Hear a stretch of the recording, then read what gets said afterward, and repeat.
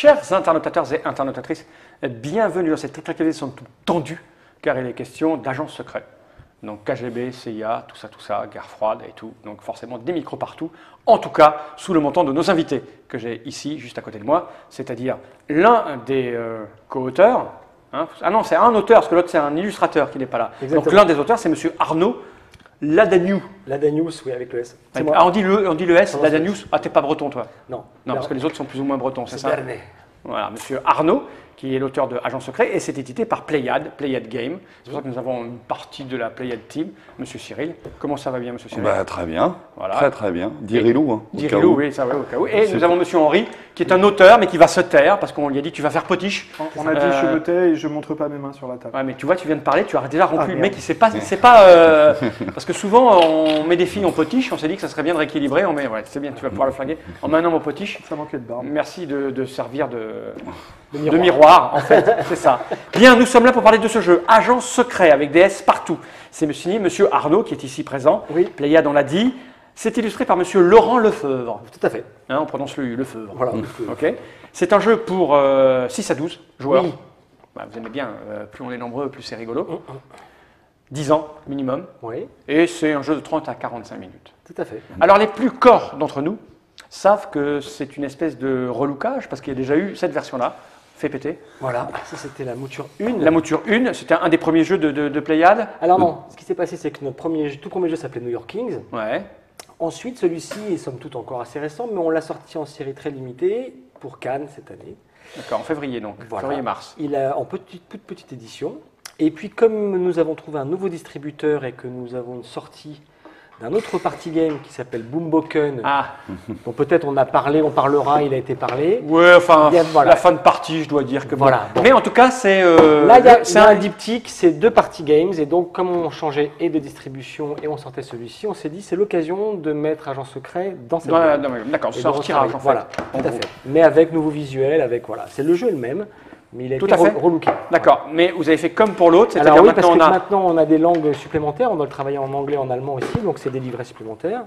Ok, donc là on va les cartes. Et une Trick Track TV, on en a parlé de ce jeu ou pas? Alors, il me semble, hein, moi j'ai... À Cannes, voilà, on en a parlé sans le détailler. Sans le défaire, oui, voilà, on dit que vous passeriez, et c'est ça, vous repassez du coup. Voilà. Donc on a 3 règles, comme d'habitude, donc anglais-américain, allemand, et donc la française que je vais ouvrir en breton. Ah ouais, du coup, heureusement que le MOPS n'est pas là. Hein. Alors voilà, au plus fort de la guerre froide, KGB et CIA s'affrontent pour le contrôle du monde. Et donc mise en place, petite ethnographie, c'est extrêmement bien mis en page. C'est peut-être aussi pour ça que M. Henri Carmarek est parmi nous, car c'est lui qui signe l'infographie des jeux. Pas mal. Voilà. C'est pas mal, c'est propre. C'est ton métier? Un peu, ouais. Ah d'accord, c'est pour ça que c'est propre. Ouais. Et oui, c'est bien réglé, tu vois, tout ça. Hein. La typo bien choisie. Variante, le monde est vaste. C'est vrai.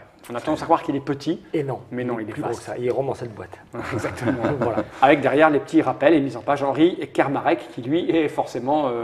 On a fait d'un Henri de coups et non pas une pierre de coups, puisqu'il a fait un jeu, Boomboken pour nous, et il a signé l'infographie de ces 2 jeux. Donc il y a une petite ligne éditoriale de collection sur Boomboken et Agent secret. Attention, les cartes dans le fond ne s'enlèvent pas. D'accord, mais on va pas. Là, du coup, c'est pas le même effet que. C'est les symboles. C'est les symboles. Voilà. Les règles, j'en ai pas besoin, je les remets dedans. Oui, tout à fait. Cette petite boîte, je vais la poser par devers moi. Tout à fait. Pourquoi tu en as une dans la main? Parce qu'il faut 2 jeux? Non. Non.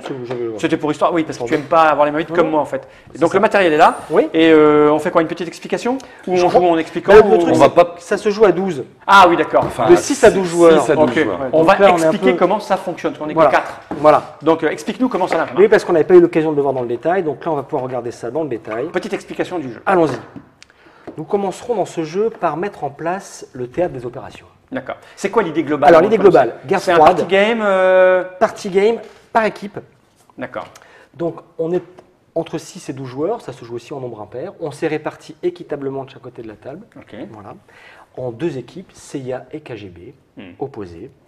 Et donc dans ce jeu, il va s'agir en équipe d'être les plus affûtés, les plus malins ou les moins mauvais, disons, pour envoyer les bons agents qui vont bien, avec les ressources qu'il faut, sur 4 destinations, Rio, Berlin, Hong Kong et Casablanca, que nous avons disposées au centre de la table. Ce sont les 4 destinations qui sont autant d'endroits où on va pouvoir travailler des missions. Ok, attends, Donc voilà, ça se mélange. Il y en a 6 dans chaque. Montre-moi, je vais faire Voilà. On va montrer parce que les graphismes, montrons. surtout sur le jeu, c'est extrêmement important. Donc là, c'est Rio, on le reconnaît, hein, Caso Corcovado. Corcovado. Voilà. Todo bem. Voilà. Et de l'autre côté, Rio. ben, il y a des. Alors il y a des valeurs. Il y a des valeurs. Là, il y a un 4. Voilà, les missions ont des valeurs qui vont de 2 à 5. Là, il y en j'en ai a 3. une de valeur 2, une de valeur 5 et Voilà. 2 de 3, 2 de 4. Voilà. Ok. La même chose pour Berlin, Hong Kong et Casablanca. On va montrer quand même ce que Ouais. vous avez choisi pour Berlin. Qu'est-ce que c'est comme. Bah, la porte de nuance? Brandebourg Ouais. avec une petite voiture devant. Voilà. Hong Kong, on est au Hong milieu. Kongais ou Hong Kong? Il est là. Je vais mettre Hong Kong. Alors là, c'est Hong Kong, c'est quoi? Parce que je vois très très mal. C'est une C'est rue, une rue avec rue plein de gens. encombrée, voilà, J'ai mis à l'envers. d'agents doubles, espions, voilà, et de chalons. Voilà. Et Casablanca, on a. Je sais pas comment s'appelle ce monument, mais un minaret. Je crois que c'est la mosquée Hassan II, mais je suis pas sûr. C'est peut-être une connerie. On a ici ça s'appelle l'infographe, la c'est le monsieur qui doit savoir.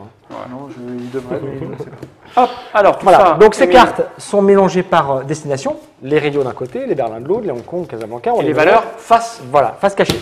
Ok. Voilà. Rio, Berlin, Hong Kong et Casablanca. Ah, il y a un Non, ordre. non, non, non. Ouais, il y a un ordre Oui. qui est très voilà. Il y a un qui est ordre ici. ici. Il y a un ordre, mais pour Il nous. veut pas. Voilà, il faut qu'elles soient dans le même voilà, dans le même ordre. Rio, Berlin, Casablanca et Hong Kong. Voilà. Tout à fait. Alors ensuite, une fois qu'on a mis ça en place, nous avons des cartes qui correspondent à chacune des agences, KGB et CIA. Donc de chaque côté de la table, on s'assure, imaginons que nous sommes à 4 joueurs de chaque côté, je prends 3 cartes agents et une carte agent double, puisque quel que soit le nombre de joueurs, il faut qu'il y ait un agent double dans chaque agence.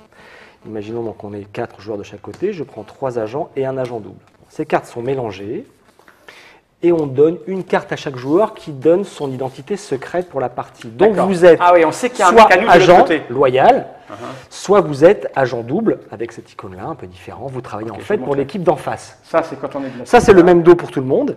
D'accord. Ça, c'est quand on le retourne. Je Voilà, sais que je suis à la agent. CIA. Voilà, je travaille pour la Et Et ça, quand j'ai bon, celle-ci, ben là c'est voilà. pour tout le monde. Et si je retourne, là, je suis un fumier qui travaille pour les deux côtés. Voilà, je Mais travaille. principalement pour le KGB quand même. C'est ça. Tout à fait. Donc, alors, cette carte, ensuite, on la laissera toujours face occulte devant nous pour ne pas savoir son identité, on ne le saura qu'à la fin, et elle va servir à autre chose, à localiser des actions. Et ces actions sont sous la forme de cartes actions. Il y a un deck pour le KGB, un deck pour le CIA. CIA, ok. Voilà. Et le principe est le suivant. Le jeu se joue en 6 tours, ni plus ni moins. À chaque tour, on révèle la valeur des missions dans les 4 destinations. Donc, certaines sont plus ou moins intéressantes à un tour donné. Voilà. 4-2, 4-2, très bien. Ensuite, on mélange ces cartes actions et on en donne 3 à chaque joueur de son agence. 3 pour toi, 3 ici. Voilà. Chaque agent dispose de 3 cartes. Même chose en face. Ok. Alors, et c'est là tout le sel du jeu. Ces cartes-là, on ne peut pas les montrer à ses petits camarades, mais on peut dire ce qu'on a, D'accord. en mentant ou pas. Voilà. Et c'est donc à partir de maintenant qu'on va avoir un petit moment de discussion dans l'agence. Donc ça peut demander un peu de place autour. On peut Ouais, se on peut reculer, s'éloigner, aller s'isoler. dans la Voilà. cuisine, Et ok. c'est-à-dire, bon, voilà, toi tu as telle ou telle carte, j'ai telle ou telle carte. On va mettre le paquet sur Casablanca tous les deux. Vous deux, les autres agents qui sont autour de vous, vous allez sur Rio. Voilà, on discute.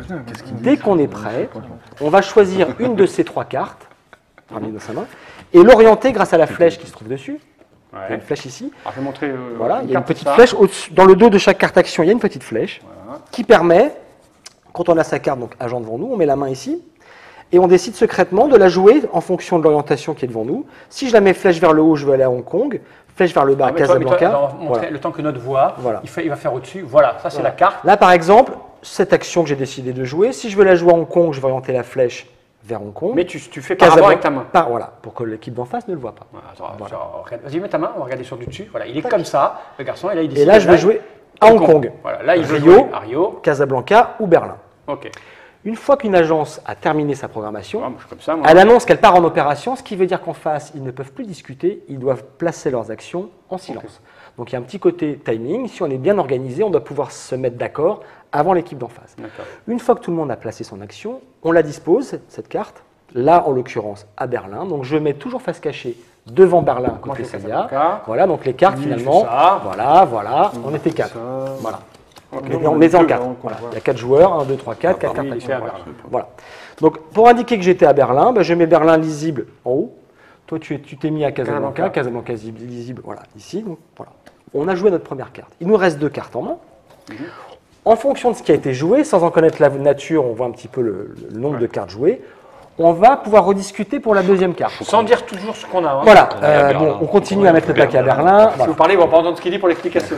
Bien, une fois qu'on a fait ça, même opération, je joue au même endroit ou ailleurs une deuxième carte. Okay, bon, voilà. Voilà le principe général. Cette troisième carte qu'on avait en main qui n'a pas été jouée, action, celle-là sera défaussée, elle n'est pas jouée. On n'en joue que 2 sur les 3. Bien. Et ensuite, tout le sel du jeu, c'est de déterminer maintenant qui emporte de la CIA ou du KGB en fonction des cartes jouées. Et c'est bien là que les cartes ont des symboles qui vont avoir sens. Ah, il y en a plein partout. Hein. Alors, on les résout une par une. Imaginons Rio. À Rio, la CIA a joué 2 agents, carte agent qui vaut 1. Je vais détailler ce qu'il y a comme carte. Et en face, agent et corruption. Ah. Alors, rapidement, les cartes. Nous avons des agents qui valent 1 point. Okay. En l'occurrence, ici, nous avons mis 2 points. L'agence qui a mis le plus de points gagne la mission. Donc en l'occurrence, 2 contre 2, logiquement ce serait match nul, cette carte ne serait pas attribuée. Mais le petit effet de la carte corruption, c'est qu'en cas d'égalité de points, ce qui est le cas, elle donne l'avantage à la corruption. Alors faites la carte. Alors on va y aller. Agent. Ça c'est un agent normal. Ça vaut 1 point. Voilà, donc le là, il y a le petit logo qui dit que c'est un agent avec le petit dessin. Ça vaut 1 point et son pendant russe. Le russe il est là, c'est la même chose mais en rouge. Voilà. Okay. Alors ensuite, si on fait l'inventaire des cartes, puisqu'il y en a d'autres, hein, et nous avons l'agent spécial qui vaut 2 points. D'accord. Voilà. C'est Smith. Voilà. Il y en a, dans chaque paquet, il y en a 8 agents. Et ensuite, il y en a 2 spéciales par genre. Donc 2 agents spéciaux, 2 points. Nous avons 2 corruptions qu'on vient de voir. Alors la corruption, c'est parce que... Alors en cas d'égalité de points, le nombre de cartes corruption qui a été joué en plus d'un côté ou d'autre fait gagner la carte. Ce qui est le cas précis ici. Il y avait 2 points ici, 2 points en face. Il y a une compté les points. Corruption, c'est le KGB qui gagne la carte. Facile. On verra à qui on l'attribue ensuite. Dans les cartes spéciales, nous avons le transfuge. Le transfuge qui fait basculer un agent, donc le symbole chapeau, de l'autre côté pour compter les points. Il pensait avoir 1 point ici, c'est nous qui l'avons. Donc 3 points contre 1, c'est gagné pour nous. Voilà. Et nous avons le tueur. Le tueur, qu'on reconnaît parce qu'il a un pistolet qui... Voilà, quand le tueur a été joué, il supprime un agent en face qui ne vaut plus. En priorité, un agent spécial s'il y en a un, ou un agent simple s'il y a un agent simple. S'il n'y a pas d'agent en face, il y a des cas de figure, par exemple, je vais te demander les cartes qui sont là. S'il a été joué, imaginons, les Russes ont joué ça, et nous on a joué ça et une corruption. Alors je n'ai pas le pendant américain, mais je vais le trouver. Petite corruption américaine. Voilà. En termes de résolution, le transfuge ici vole cet agent. Le tueur ne supprime aucun agent puisqu'on n'a joué aucune carte agent. Ça c'est une corruption, ça c'est un transfuge. Donc au final, on a 2 points, ils ont 1 point, c'est gagné ici. Donc il y a des combos plus ou moins redoutables. Un tueur, évidemment, supprime un agent quand il y en a. Mais si on met juste une corruption et un transfuge, on peut très bien s'en sortir. Sauf si en face, ils n'ont joué aucun agent. Mon transfuge est inopérant. Lui est inopérant. 1 contre 1, chance, corruption, égalité, c'est quand même pour moi. Donc on est sur un mélange de combos, de discussions. Et puis la dernière, last but not least, la bombe. Vous aimez bien les bombes chez vous, hein? Boum. Oui. Cette carte, en général, est jouée par l'agent double, qui va la glisser innocemment dans un tas, s'il l'a. Elle va être donc, avant d'être révélée, les cartes sont mélangées par destination. Oh, il y a une bombe, donc tout d'un coup, à cette adresse, nous allons marquer -3. Donc on a peu de chances d'emporter la mise et ça va passer en face. Donc partant de ce constat-là, on a donc un système de jeu coopératif, par équipe, qui s'affrontent, en choisissant les cartes qu'on dit avoir ou qu'on a réellement, en optimisant tel ou tel combo. Et ensuite, pour l'attribution, eh ben, c'est très simple. Cette carte, imaginons qu'elle a été gagnée par la CIA. Si un seul agent se trouve à Rio, moi je suis le seul de ma rangée à être à Rio, les autres sont à Casablanca, à Hong Kong et à Berlin, eh ben la carte elle est pour moi. Je la mets dessous, c'est mes points à moi. Pas trop bas, parce qu'il ne verra pas, mais voilà. Cette carte, 4 points à Rio, elle est pour moi. Si par contre on était plusieurs à être à Rio, elle va dans la caisse commune, CIA, elle est comptabilisée, caisse commune. Voilà. On va donc résoudre à chaque tour l'attribution ou pas de mission. Deuxième tour, donc les cartes sont défaussées, remélangées. Deuxième tour, un deuxième enjeu à chaque. Voilà. Et on enchaîne comme ça les cartes que l'on gagne, soit pour soi, perso, soit pour la caisse commune. Voilà. Je sens le vice arriver, moi. Alors, je ne sais pas ce qui arrive, mais le vice, je le sens bien là. Donc, on a plus ou moins bien travaillé. En tant qu'agent double, notre travail est un peu périlleux, c'est-à-dire qu'il a fallu glisser des bombes quand on en a eu. Quand on n'en a pas eu, on s'est arrangé pour ne pas jouer nos cartes les plus puissantes en disant ah, pas de chance, j'ai encore des agents simples, je ne peux pas vous aider, je suis désolé. On a fait du mieux pour freiner des cas de fer. Si possible, quand on a vu que beaucoup de monde se mettait au même endroit, j'ai glissé une bombe noyée dans la masse, Personne ne saura vraiment qui était où. Puis après, à la deuxième carte, j'ai bougé pour aller ailleurs. Donc il y en a un qui est en train de dire, mais t'étais là avant? Ah non, j'étais pas là. Bref, tout ça est discutable. Arrivera le moment du jugement dernier. On arrive à la 6e mission attribuée, fin de la partie. Et là, chaque agence va pouvoir dénoncer, à tort ou à raison, celui ou celle qui croit être l'agent double. C'est au vote, il faut une majorité. On ne peut ne dénoncer personne si on n'est pas convaincu. Si on dénonce tel joueur, l'effet, que ce soit un choix bon ou mauvais, l'effet est très simple, ces points qu'il a cumulés sous sa carte ne seront comptabilisés pour personne. J'ai bien joué, c'est l'agent double. Je récupère ces points. Ces points n'iront pas au KGB, puisque pour savoir qui a gagné, on compte les missions des agents réguliers, plus la caisse commune, même chose en face, et puis on récupère les points de l'agent double. Donc si on a bien énoncé l'agent double, ces points ne se comptent pour personne, donc pas pour l'équipe d'en face, on risque de les battre grâce à ça. Si par contre on s'est gouré, ces points ne comptent pas pour nous. Ils vont de l'autre côté. Non, ils même vont pas. nulle part. Le joueur dénoncé ne compte pas ses points. Donc au final, il ne compte pas pour nous. Donc voilà la mécanique dans le détail et dans le particulier et dans le général. C'est ni plus ni moins qu'un jeu en équipe, avec une petite part évidemment de bluff, une petite part évidemment de chance sur les cartes que j'ai ou que j'ai pas, mais plus on fait quelques tours, plus on comprend que certaines combos sont assez redoutables, plus on se rend compte que des fois, ça vaut le coup de ne pas s'acharner sur une mission où tout le KGB oui, est en s'il y a 4 points, 3 points, voilà, tu peux grignoter ce qu'il y a à côté. Moi, en tant qu'agent double, j'ai des fois intérêt de gagner tout seul tranquillement la mission à Berlin. Elle vaut que 2 points, mais c'est 2 points qui va en face. Et donc, on a cette idée de jeu en équipe, d'opposition en équipe, avec une résolution de dénonciation. Ok, je vois les tenants et les aboutissants. Ce qui est intéressant, moi, je trouve, c'est très concrètement, quand on joue, on est déjà à côté de la table ou de la pièce ou quoi que ce soit, on est tenté d'écouter ce que disent les autres. Et les autres aussi, ça, il en dit, la Berlin. Alors, bien sûr, la discrétion vaut. L'hôtel, il est complètement là. Avec un petit coup de pression pour pas que cette phase dure des plombes, qui est qu'une fois qu'une agence sera prête. Oui, parfois aller très vite. Voilà. Si on est bien carré, qu'on est bien organisé, on peut aller très vite vers le succès ou vers l'échec. Écoute, donc on n'y jouera pas parce qu'il faut être minimum 6. De 6 à 12, tout à fait. Intéressant. Mais là, expliquer comme ça, ça m'a l'air extrêmement simple, vraiment très simple, et plein de subtilités, parce que c'est vrai que c'est rigolo, les gens on papote, et on essaye d'enfumer l'équipe d'en face, sachant qu'en plus il y a un traître au milieu, c'est plutôt sympathique. Sachant qu'il y a une petite variante et petit goodies. Alors la petite variante, le fameux monde est vaste, c'est que si je me suis placé, comme le monde est vraiment vaste, je ne peux pas, à ma première carte, la placer à Rio, et aller aux antipodes, à savoir à Casablanca, la carte opposée par rapport à ton agent. Si je me suis mis à Hong Kong, je ne pourrais pas aller à Casablanca. Je peux aller à Berlin ou Rio, ou rester à Hong Kong. Berlin, je ne peux pas aller à Rio. Ce qui veut dire qu'on a aussi une petite tactique supplémentaire de voir qui peut quel agent en face et allié peut me rejoindre là ou là. Ça, c'est plusieurs fois déjà. Ouais, ça va quand même très vite, moi, pour l'avoir fait tester sur les salons, etc. On s'aperçoit très vite. Au premier tour, il y a les gens qui essayent de voir. Et normalement, dès le deuxième tour, vous pouvez les laisser jouer tout seuls. Ils font la résolution, ils font tout ça part très très vite.